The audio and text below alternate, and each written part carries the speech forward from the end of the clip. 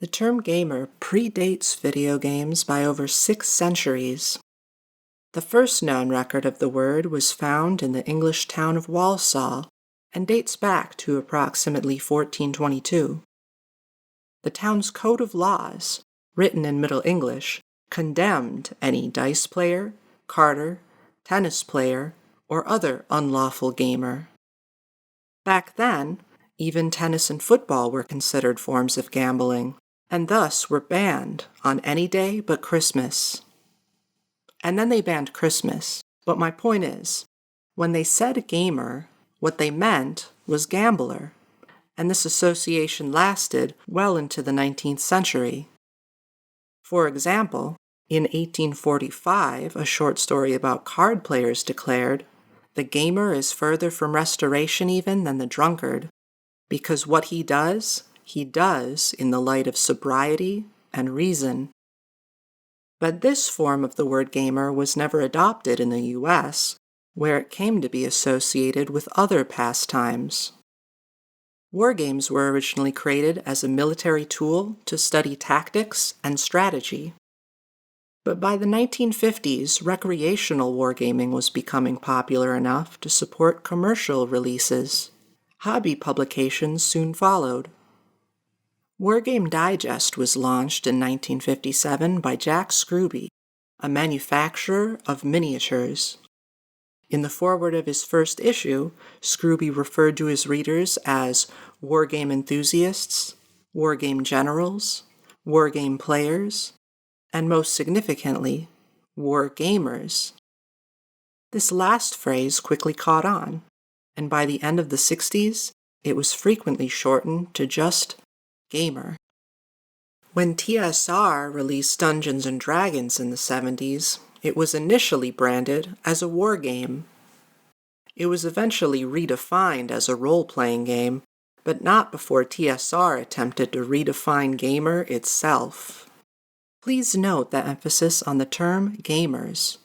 Some attempt to downgrade the game aspect of our hobby and pretend to simulate reality. But this wasn't the only game laying claim to the name. Saturday's Children dramatized the 1971 season of Rice University's college football team. At one point, the coach monologues, "He might be a gamer. He might be one of the kind who was no good at routine practice, but who came through when they dropped the flag." A few years later, sports journalist Bill Lyon provided a contradictory definition. Athletes have a term for players who gut it out, who are out there when they should be in bed, who can perform under pressure, and who don't disappear when it's time for sweaty palms. They call them gamers. The Dixon Baseball Dictionary embraced this latter definition, describing a gamer as a player who approaches the game with a tenacious, spirited attack and continues to play even when hurt.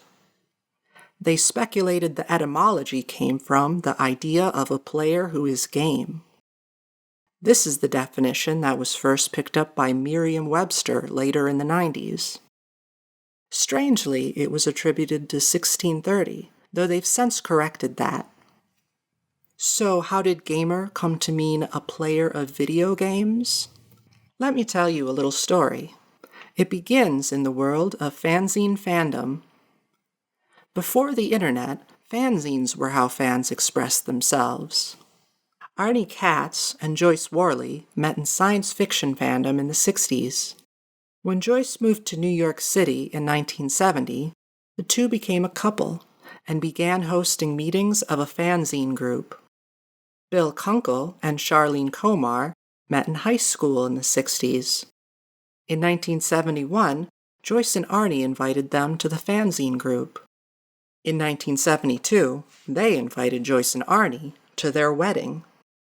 In 1973, Pong arrived on the East Coast, and the two couples discovered their shared interests went beyond just science fiction. In 1974, they teamed up to produce a pro wrestling magazine, and by 1975, Main Event had its own late-night radio show, and the magazine was being considered for newsstand distribution. but complications prevented them from taking it all the way and quitting their day jobs. Arnie's day job involved writing for trade magazines, which actually paid better than consumer magazines back then. He was the first of the four to get a gig writing professionally. Then, at the end of 1976, Bill started writing for DC Comics. He also did jobs for Marvel and Harvey, but he was struggling to turn comics into a steady gig. Little did he know they would soon be making video game history.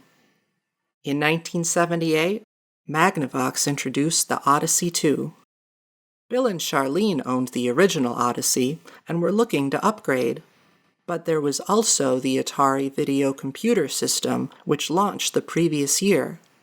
The four of them conspired that if Joyce and Arnie bought the latter, and Bill and CHARLENE bought the former, they could, in theory, play all the games.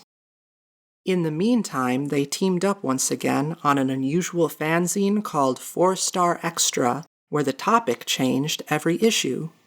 Bill likened it to a writer's boot camp that helped prepare them for what was to come.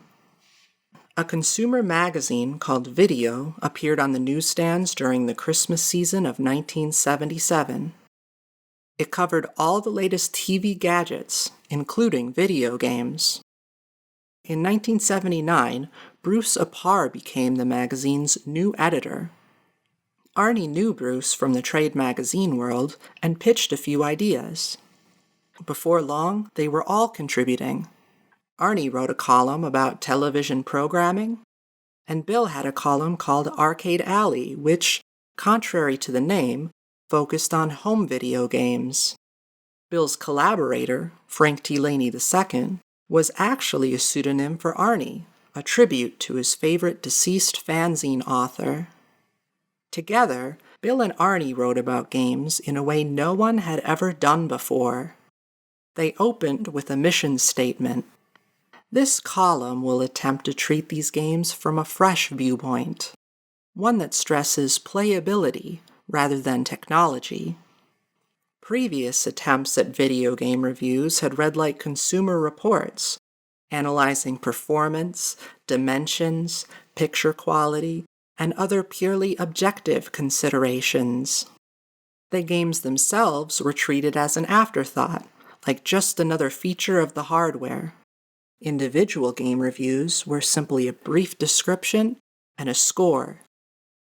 But Bill and Arnie treated video games the same way they'd treat movies or music, experiences that tend to be more subjective than using a home appliance. In this moment, Bill and Arnie created games journalism.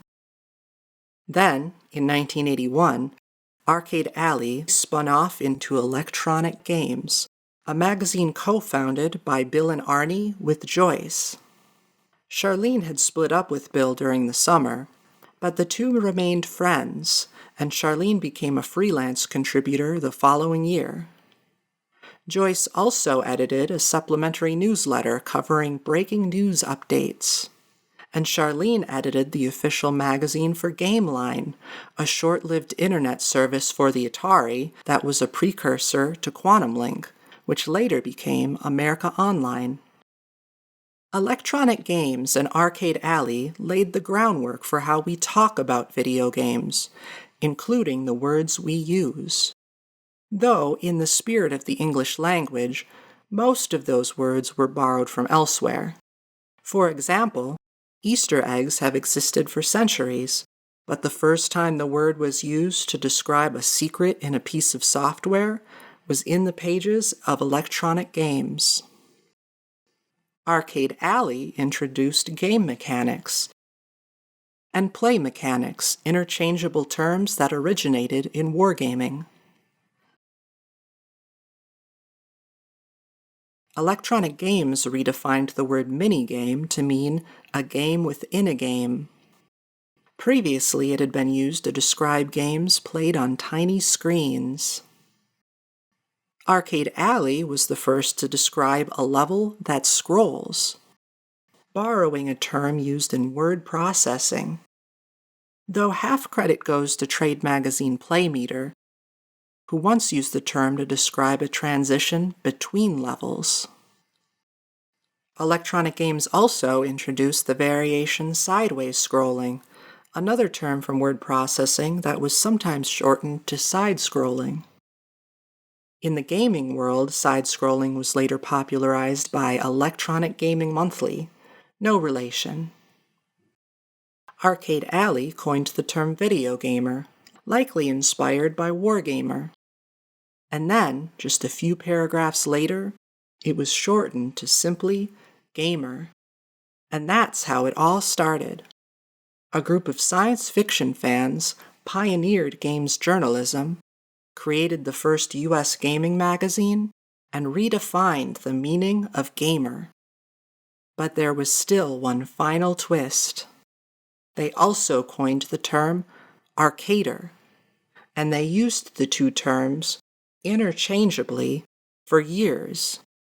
Curiously, their 1982 glossary for gamers only bothered to define the word arcader. Perhaps they didn't want to print the same definition twice? At the time, arcader was actually their preferred term. Gamer eventually overtook it, of course, but for the briefest moment, history could have gone the other way. And we might have been talking about arcaders. If you enjoyed this video and want to see more like it, please consider supporting this channel on Patreon. This video was made possible by supporters like Tony Bow, Wietse van Bruggen, Stephen Reed, Brian Anderson, and E.C. Myers. Thanks for watching.